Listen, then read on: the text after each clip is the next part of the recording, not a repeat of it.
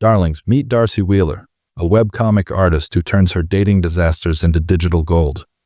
She's about to learn that some stories can't be contained in panels, and some heroes arrive carrying cameras instead of swords. Grab your tablets and prepare to fall into romance, one pixel at a time. Chapter 1. The Art of Pretending. The cursor blinked mockingly on Darcy's tablet screen, her stylus hovering over the final panel of this week's dating disasters. In the drawing, her cartoon alter ego stood frozen mid-laugh at a cafe table, while her latest failed suitor, thinly disguised with blue hair instead of brown, mansplained the intricacies of panel composition. The irony wasn't lost on her. Her phone buzzed for the third time that hour. Another message from her publisher. Readers are dying to know how it ends. Give them the fairy tale they deserve. Darcy set her stylus down and stretched, her joints protesting after hours hunched over her drafting desk.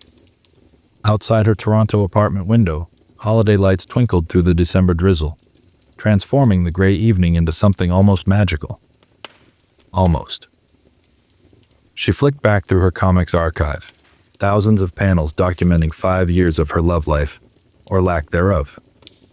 Each disastrous date, awkward encounter, and painful breakup transformed into pastel-colored comedy for her millions of followers. Her cartoon self smiled perpetually through it all, turning heartbreak into punchlines with an optimism Darcy hadn't felt in... she couldn't remember how long. The latest comment notification popped up.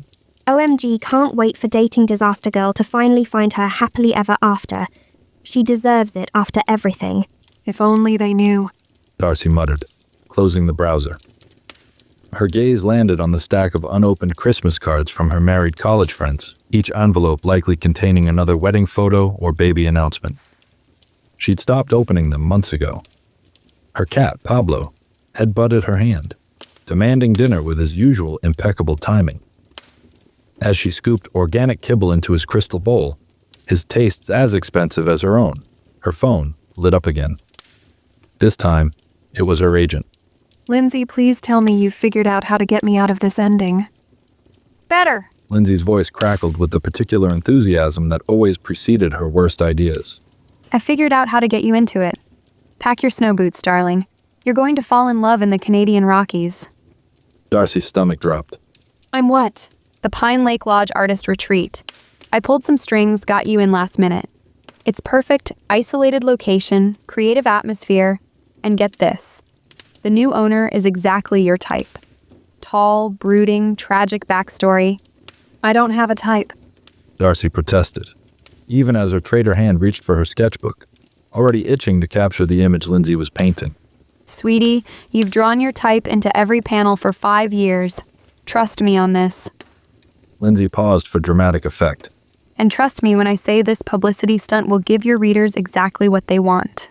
Darcy looked at her tablet, where her cartoon self still waited for an ending. She thought of all the real endings she'd turned into content, each failed relationship becoming another story arc. Maybe it was time to write a different kind of ending, even if she had to fake it. When do I leave? Pablo meowed judgmentally from his crystal feeding station, apparently unimpressed with her life choices. That made 2 of them. 3 hours later, her suitcase lay open on her bed, half-packed and forgotten as she scrolled through old comic episodes on her tablet. Each story arc was a beautifully illustrated wound, wrapped in clever dialogue and bright colors. Issue #127, The Musician. Her cartoon self swooned over acoustic guitar serenades, while the real Chris had used her apartment as a free crash pad between gigs. Issue #156, The Professor. Readers had laughed at her character's wide-eyed fascination with Marcus's lectures on contemporary literature. They hadn't seen her delete herself from his syllabus's acknowledgments after finding the other student in his office after hours.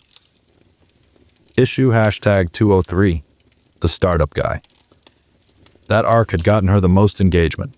Her followers loved watching her character navigate the tech bros and venture capitalists of Jake's world.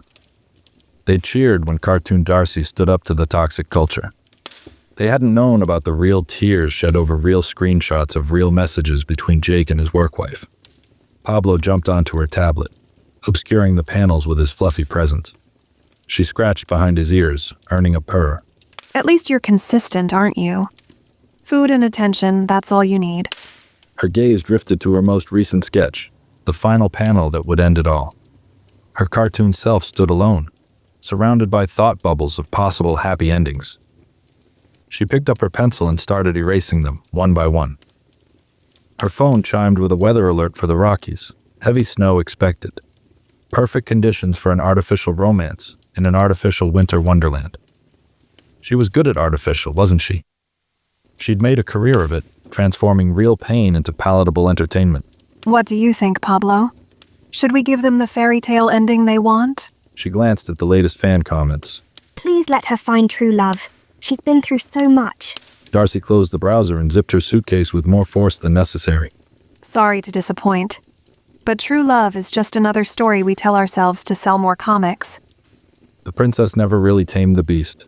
She just learned to draw him with softer edges.